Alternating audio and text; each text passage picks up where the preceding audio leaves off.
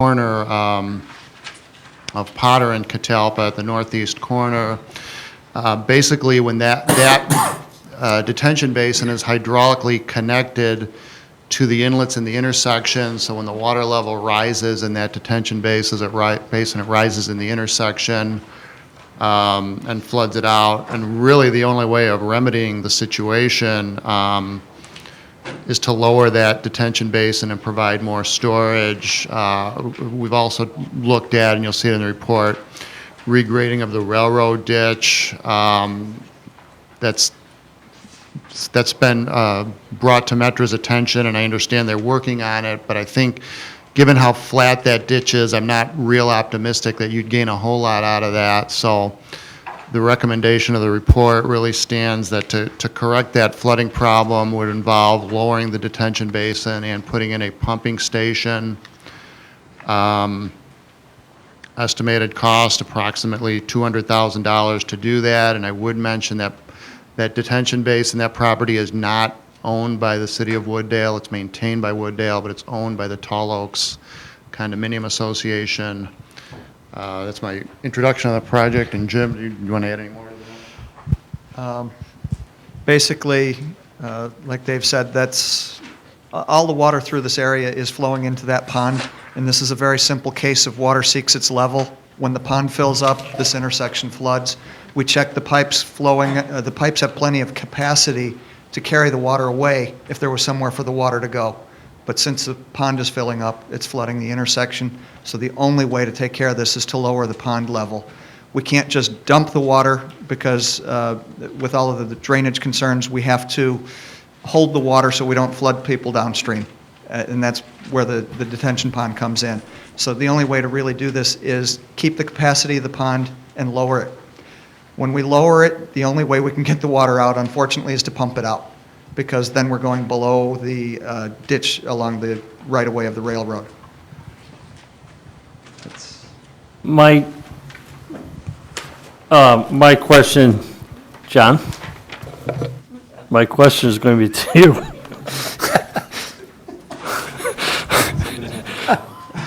Tall Oaks, is that the new subdivision? Tall Oaks was, they started development on that in the mid-1980s, maybe 1987, 88, and then it was finished up in the early mid-90s. Again, was that basin done by specs the way it was supposed to be done? And who was the engineer on that one? I would have to go back and check. As I recall, the engineering for that project was pretty light. I mean, there wasn't a whole lot of detail, as I recall.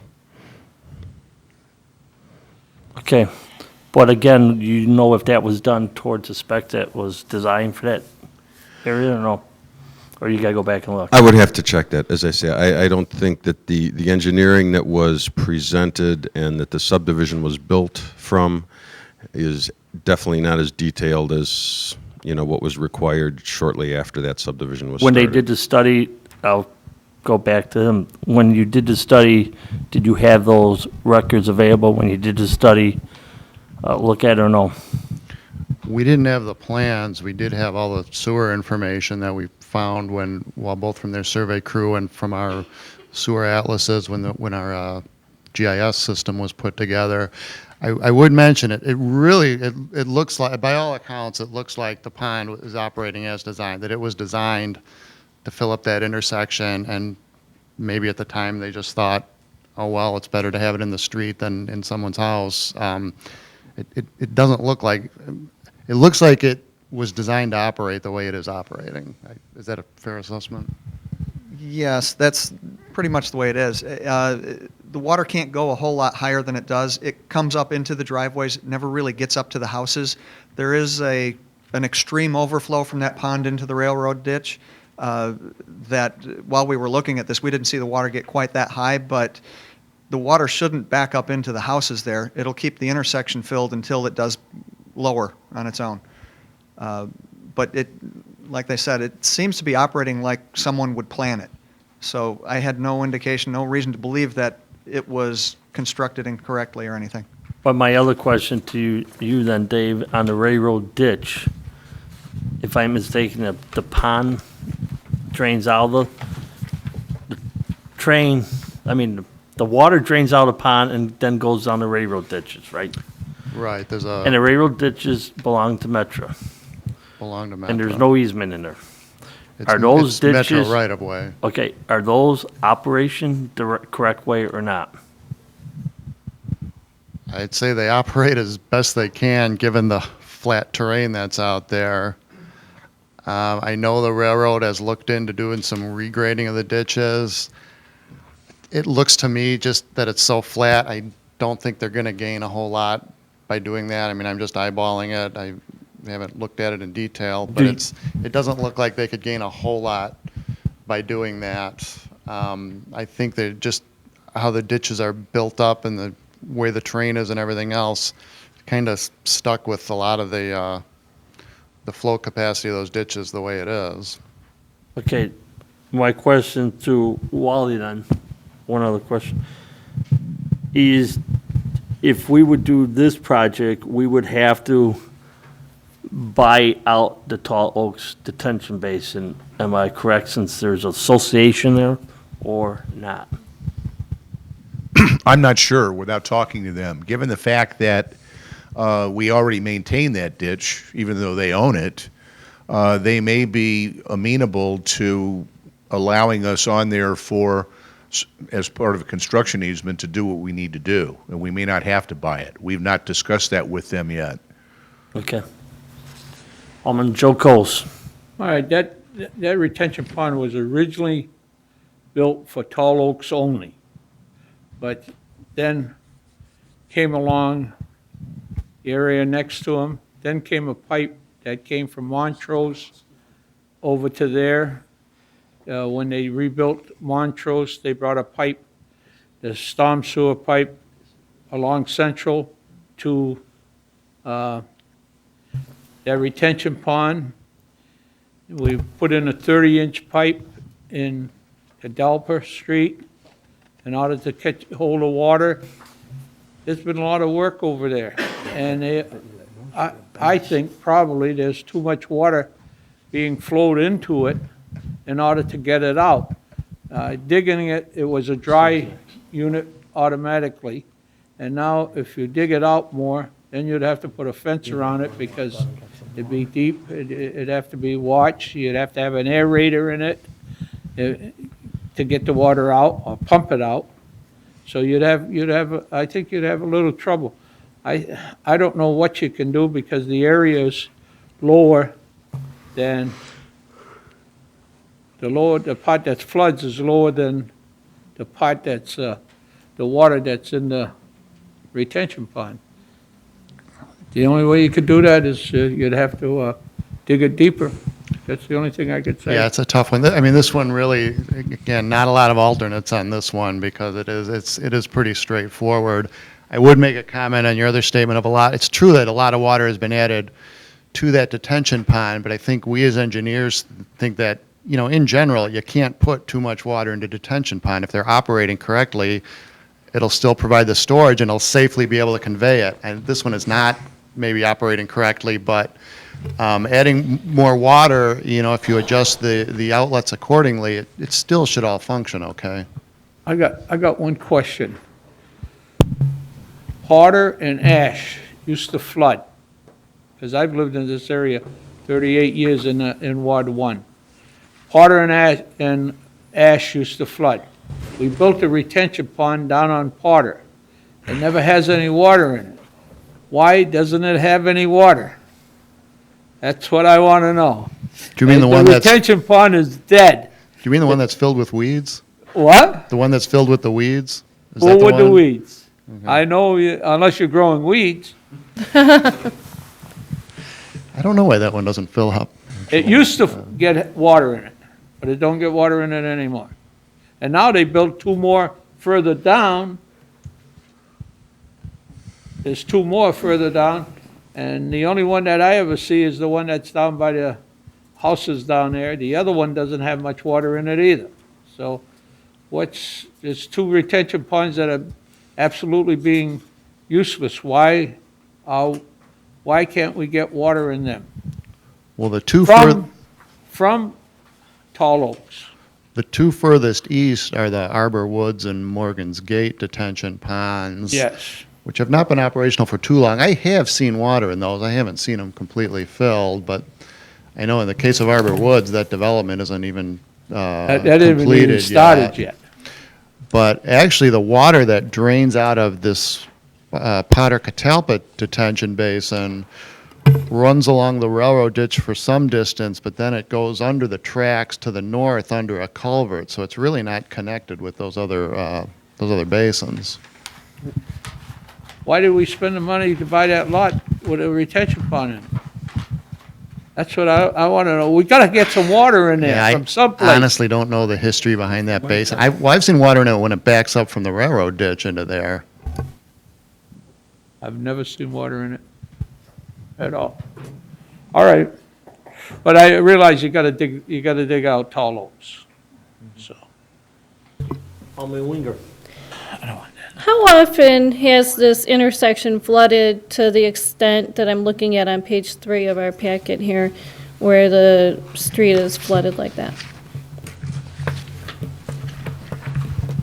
Boy, I'm gonna have to call on someone who's been here longer than me if they know any of this.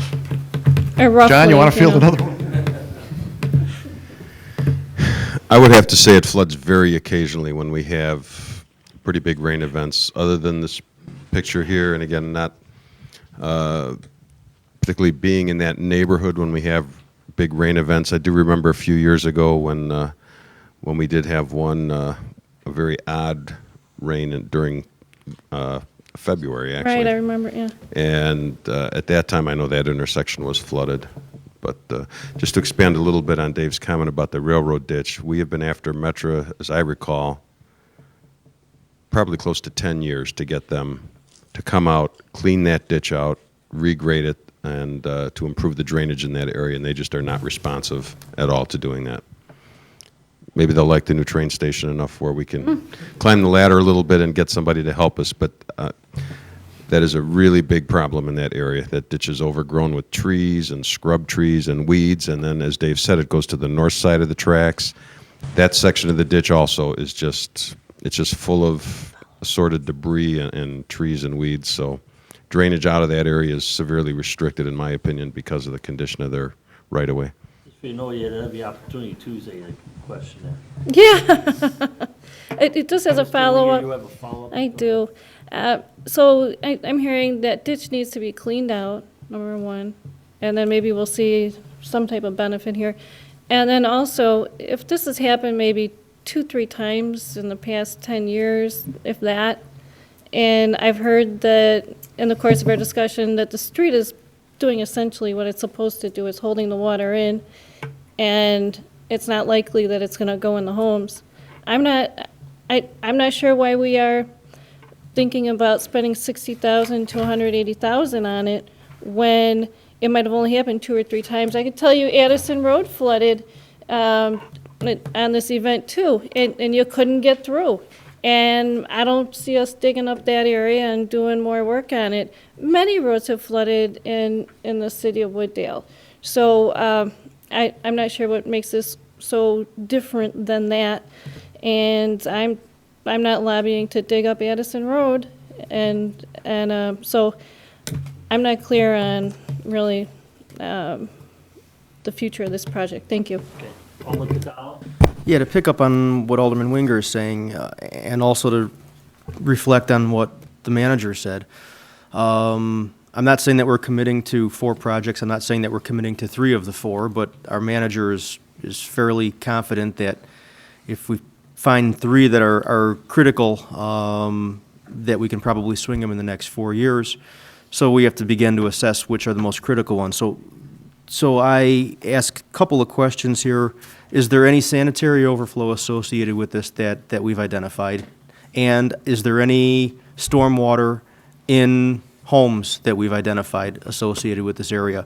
Or is this simply a case where the road is acting temporarily as a detention basin, a road which, by the way, is not the only way in and out of here? I mean, every one of these residents, except for the ones whose driveways might be in the water, can go 2 directions to not have to drive through this. answer the sanitary sewer part of it, I'm not aware of any sanitary sewer overflows in this area. The water in the homes part is a little bit more difficult to answer. I don't believe the water in the street is causing anybody to have water in their homes. Now, people have reported some basement flooding in there, and they have blamed the flooding in the street as causing it. And I mean, it's all water, it's all saturated ground, it's all caused by the same rainfall event. There is no direct link between the street and the basement. You can make the argument, and a lot of the residents will make the argument that, well, because everything is so saturated and so heavy with water, that's why we're getting it in our basement, and if you could drain it away quicker, we wouldn't have that problem, but that would really require draining the groundwater itself and doing a lot more than just draining a foot or 2 feet off the surface. So there are people get water into their homes.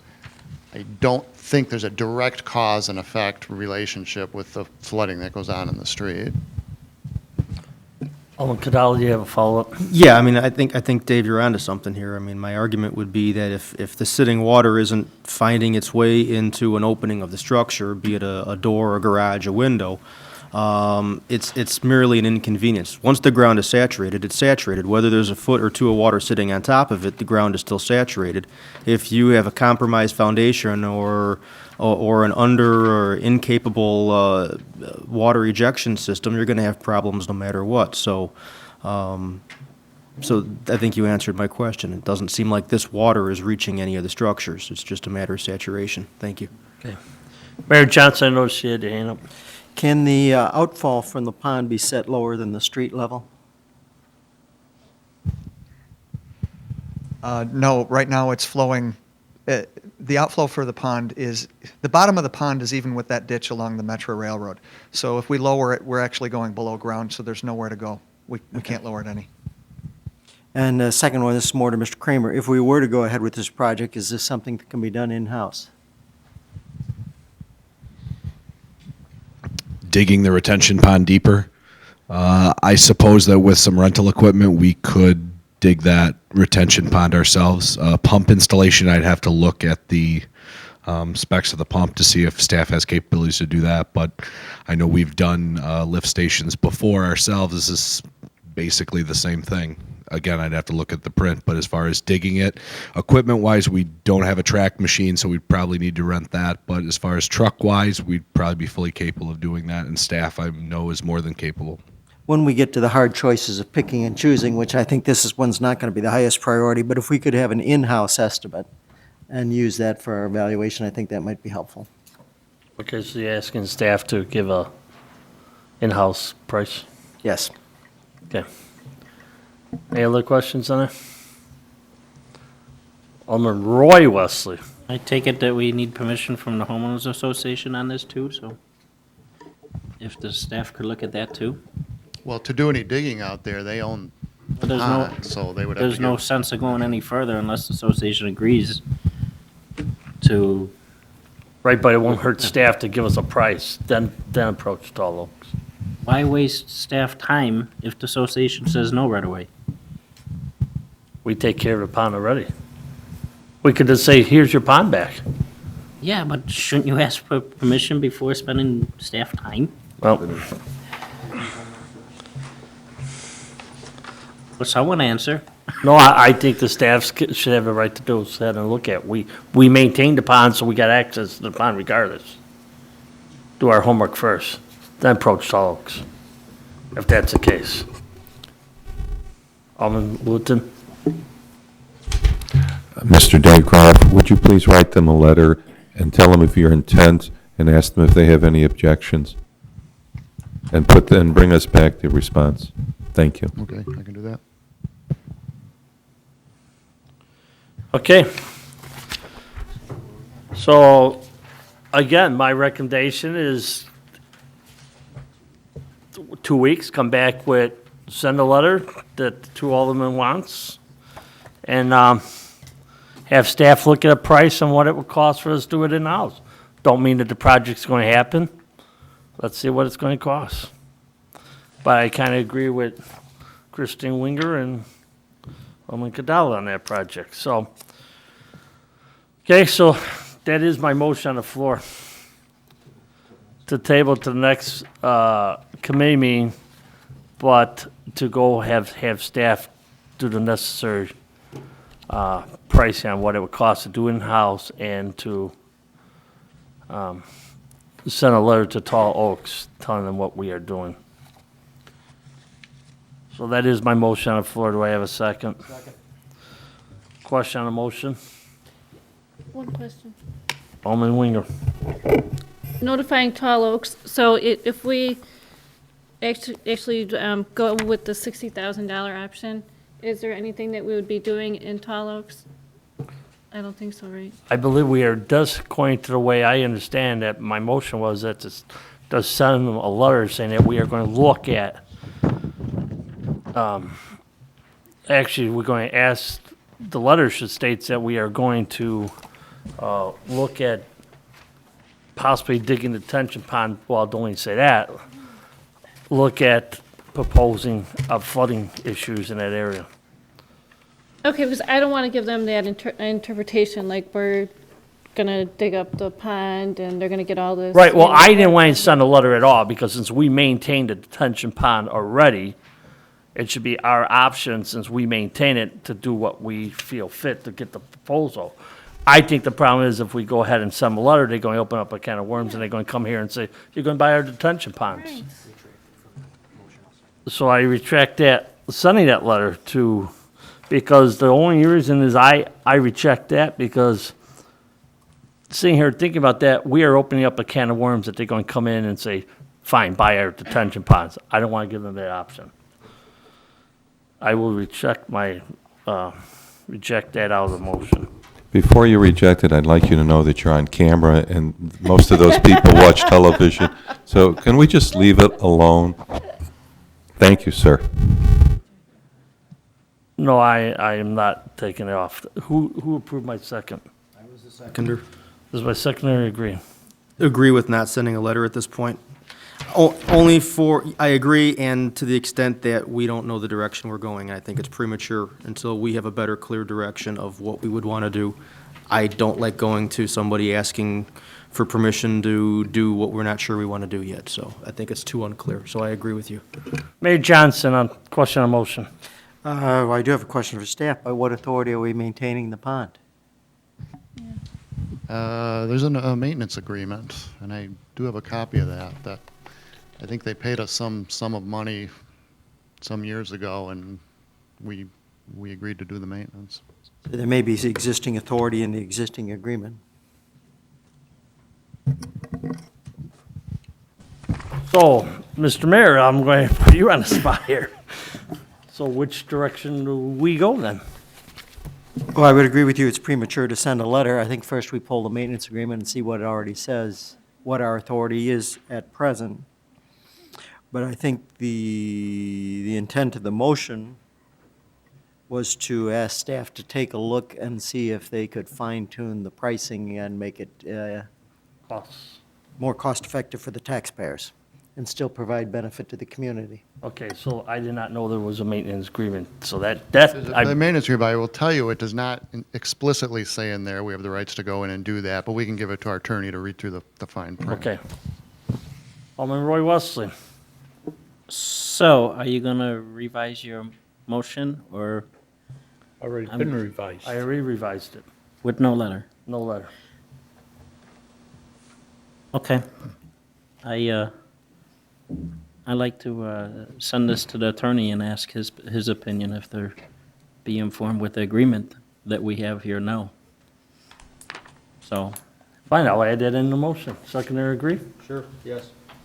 Okay. You guys understand the motion on the floor? no, could you reread it? Or re-say it? So I understand what I'm voting on? Because it's been changed four If not, times. I'll repeat another motion. I can make a new one if not. Please do. Right. Right. Right, and come back with his price in 2 weeks. Mr. Chairman, if I may, actually, this is on for discussion only. Maybe staff has the direction that they need. I think they do. So they don't need a motion? I do not believe they do. It's not on the agenda for any action. After all this, Mayor, you could have told me that sooner then. Okay, All right, just a discussion. all right, I don't know, well, we have to vote for it. All we're doing is discussing it. we voted on the last Oh, we- one, so, Well, that's because he wanted it. okay. So you got your direction without a motion, so strike that, could you strike that motion, secondary, agree to strike the motion? Strike it. Okay, Are you Polish? We can take a vote. no, I don't have to. There was a first sentence. So you have that direction? They have, Mayor, nice you clue in halfway through it, thank you. All right, The other study, item 7, I believe this is. 6. Oh, I'm sorry, 6. South Cedar.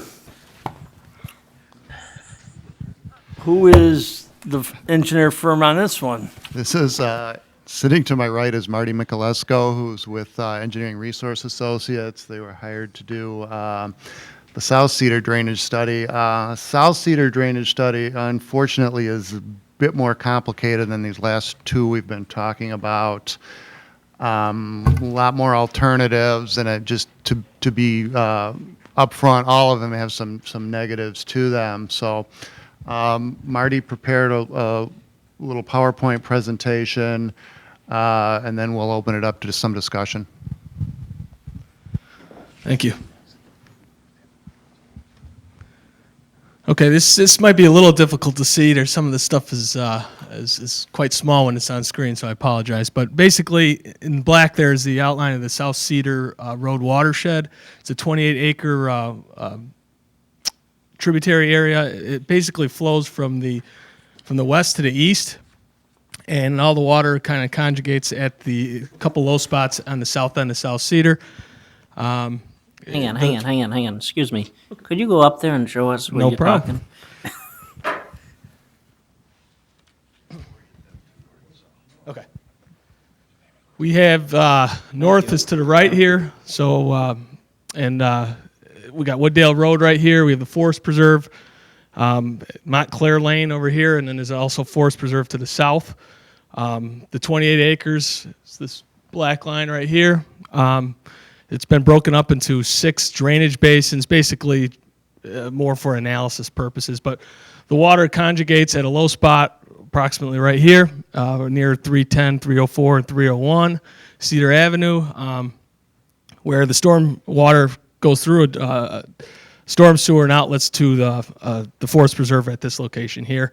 This blue is just bringing the attention that the outlet for the storm sewer is not ideal. It's relatively flat. Actually, it discharges a little bit below the overflow out here. So this, during a rainstorm event, this has a little pool of water that impacts the capacity of the storm sewer. This overtops and then goes into the Montclair system, and I believe, if I'm not mistaken, Dave, that was probably done not too long ago. He didn't say one thing, it floods Montclair. That's part Coming out of the of Forest Preserve. that's part of some of our proposed solutions, as you see in the near future here.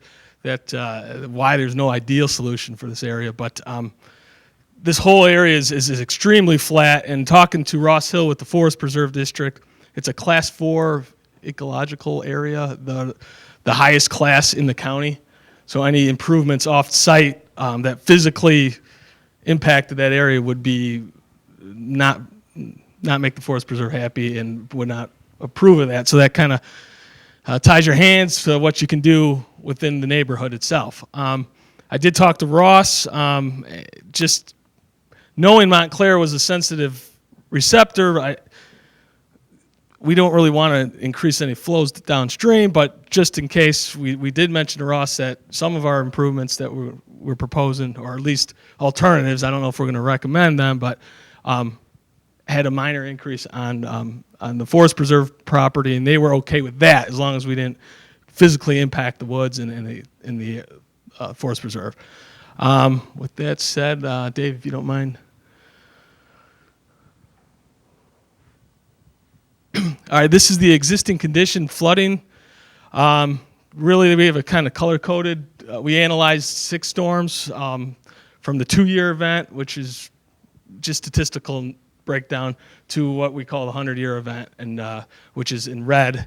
As you can see here, the purple, that represents the 25-year event, and right now you have significant flooding for the 25-year event, and even a decent amount of street flooding in lesser, more frequent events. Off-site to the east, up where I can't reach, you have about 6 acres flowing to a low spot on this.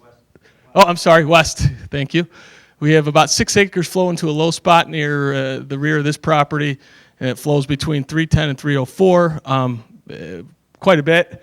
It makes a turn down the sidewalk and down this gentleman's driveway and into the street, where there is a 15-inch storm sewer that conveys storm sewer to the north, and then out to, where are we at here? There's an outlet right here into the forest preserve property.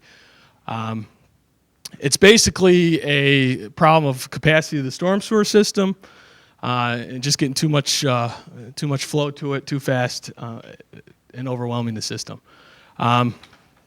We have 6 design alternatives. Usually we don't look at that many because everyone has some sort of a flaw. We kept trying different options, and we'll walk you through really fast what they are.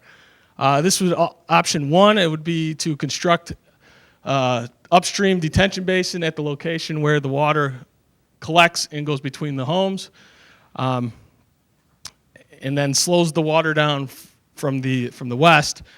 As you can see by the color coded here, the blue has now really been minimized and really gave the street a higher level of protection. We still have one home in particular that has quite a bit of issues under this condition. We could not size that detention basin any larger to reduce the flows anymore because we're limited on how much flow is actually tributary.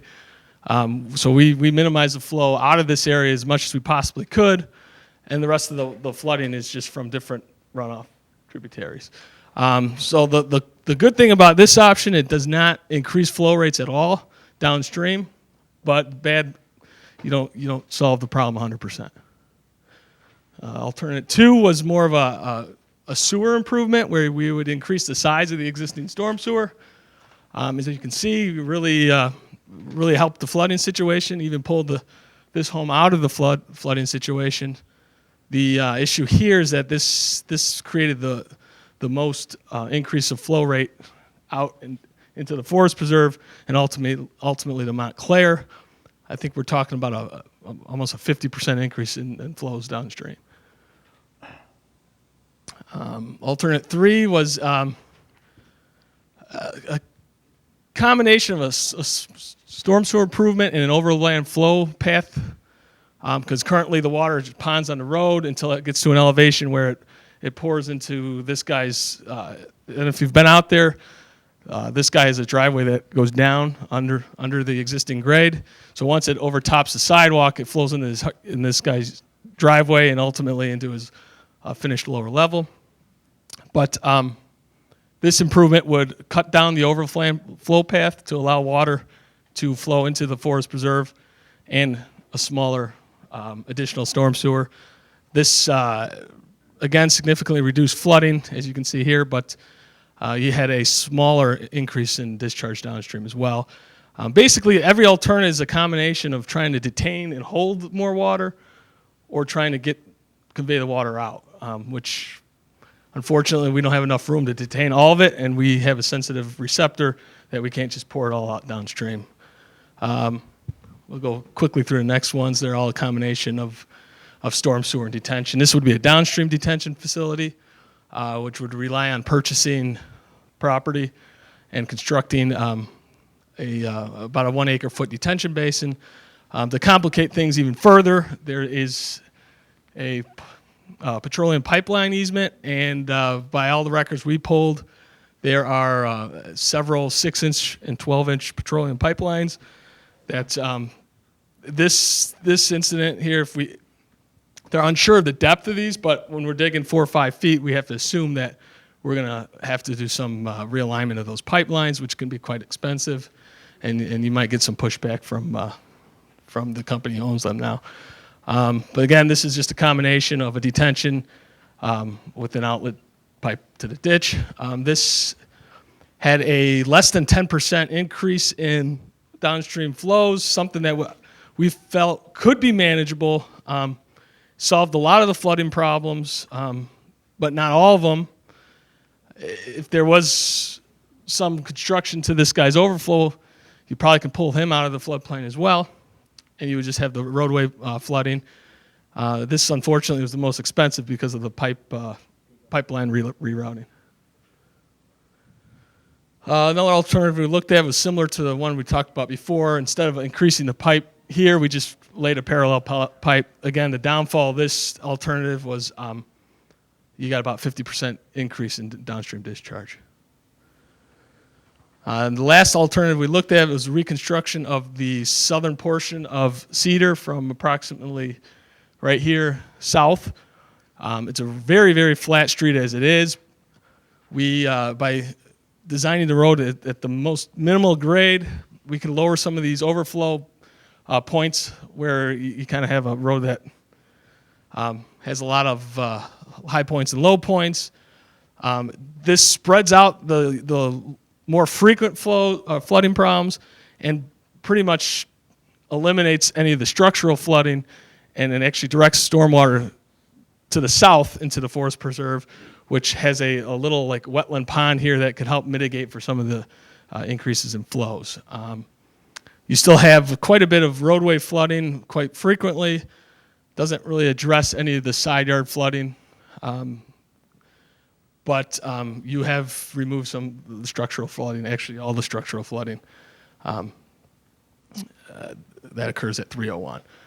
So those are the 6 alternatives we looked at. I'll be happy to answer any questions or just clarify anything that, as I went over this pretty much lightning speed. So. Okay, Alderman Roy Wesley. Dave, could you put those first picture up?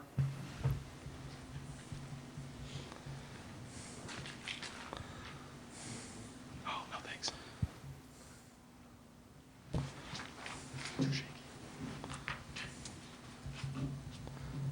Those blue lines are the, Yeah, this Lot- is, the black line is the watershed itself. The blue lines are the tributary to significant endpoints into the storm sewer system. It just makes a larger watershed more manageable to understand what water's going where and where, how it's getting there. It's more for the analysis portion, but I felt it was somewhat relevant, especially in this case, where I broke up this area so you can get the water to that side yard here. It's just a way to manage a watershed. okay, I guess the question is for Mr. Forrest. How many acres is that property?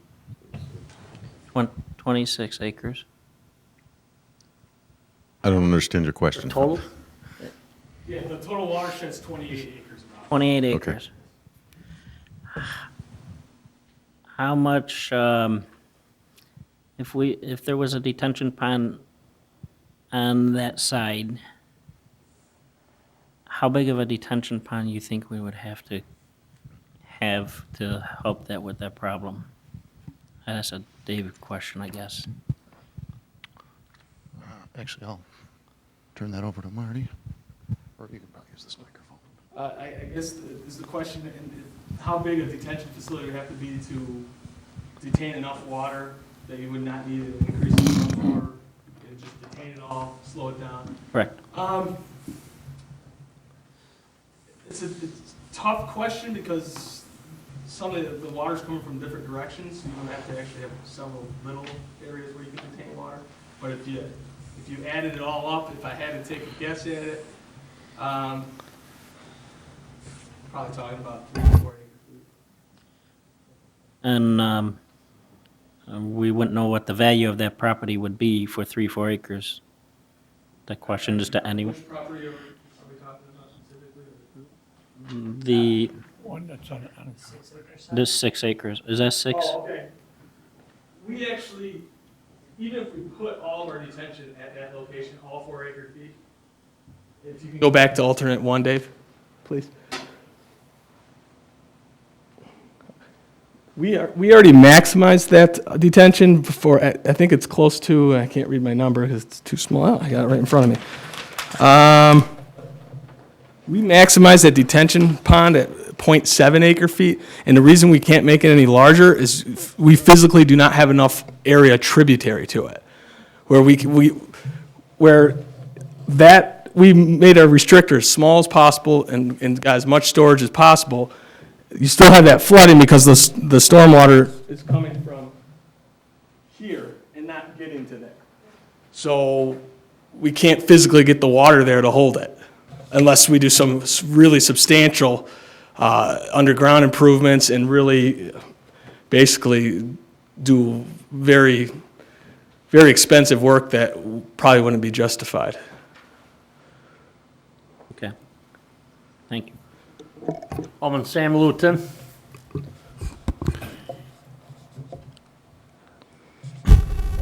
Mr. John Forrest,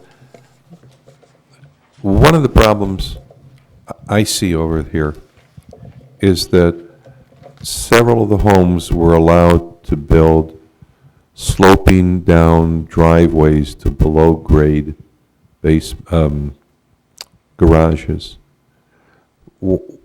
Historically, why in a flood area would we allow below-grade garages with basically water slopes to the basements to be built? Or why were they before now? As I recall, this subdivision was built, I would have to say they probably started in the late 60s and it was built throughout the 1970s. To be quite honest with you, in those days, you'd go out to a building site and they would sort of go, yeah, put the house right there. Raise the foundation a little bit.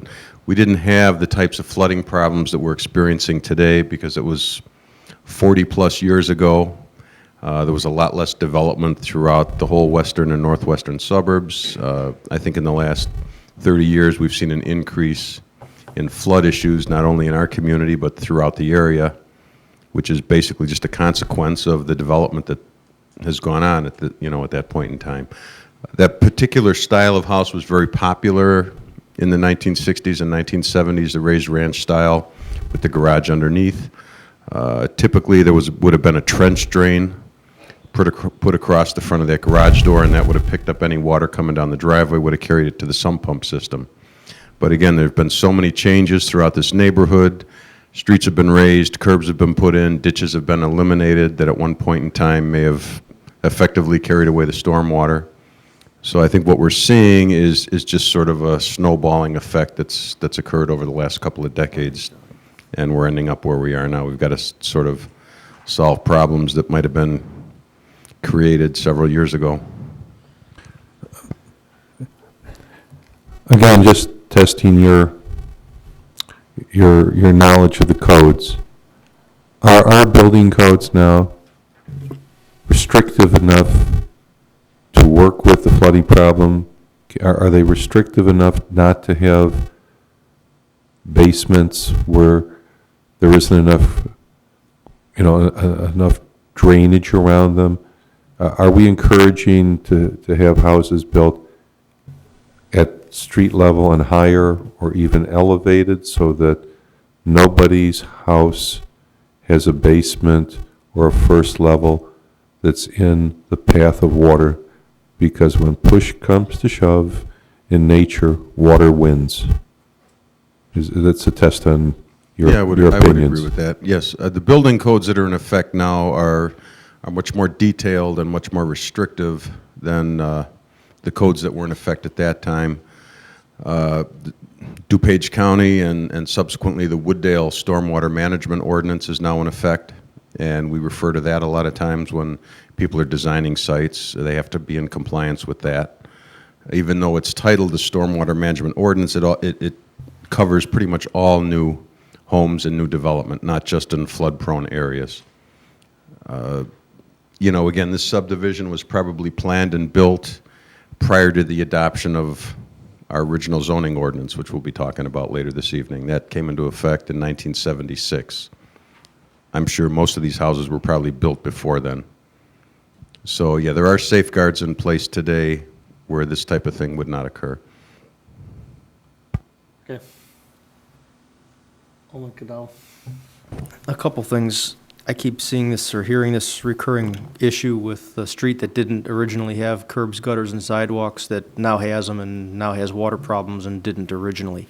Yeah, there's a regional issue with this part of the world being more built up and more concrete than it used to be. But you start in an area that has a natural tendency towards not shedding water at a very rapid rate, and you try to funnel whatever water you do get into little inlets and gutters and small pipes rather than big open swales with large cross sections, is a recipe for disaster. I think we see this problem, what is that, Victoria, the street to the south of, to the east of Cedar? Is Iroquois. Iroquois. I think I've heard people on that street say the same thing. We were fine until you guys put the curbs and gutters and sidewalks in, and now we got water everywhere. So I just once again want to remind everybody up here that that's not always the right solution for every neighborhood. We've really got to be, we've really got to discern whether, when that makes sense to do.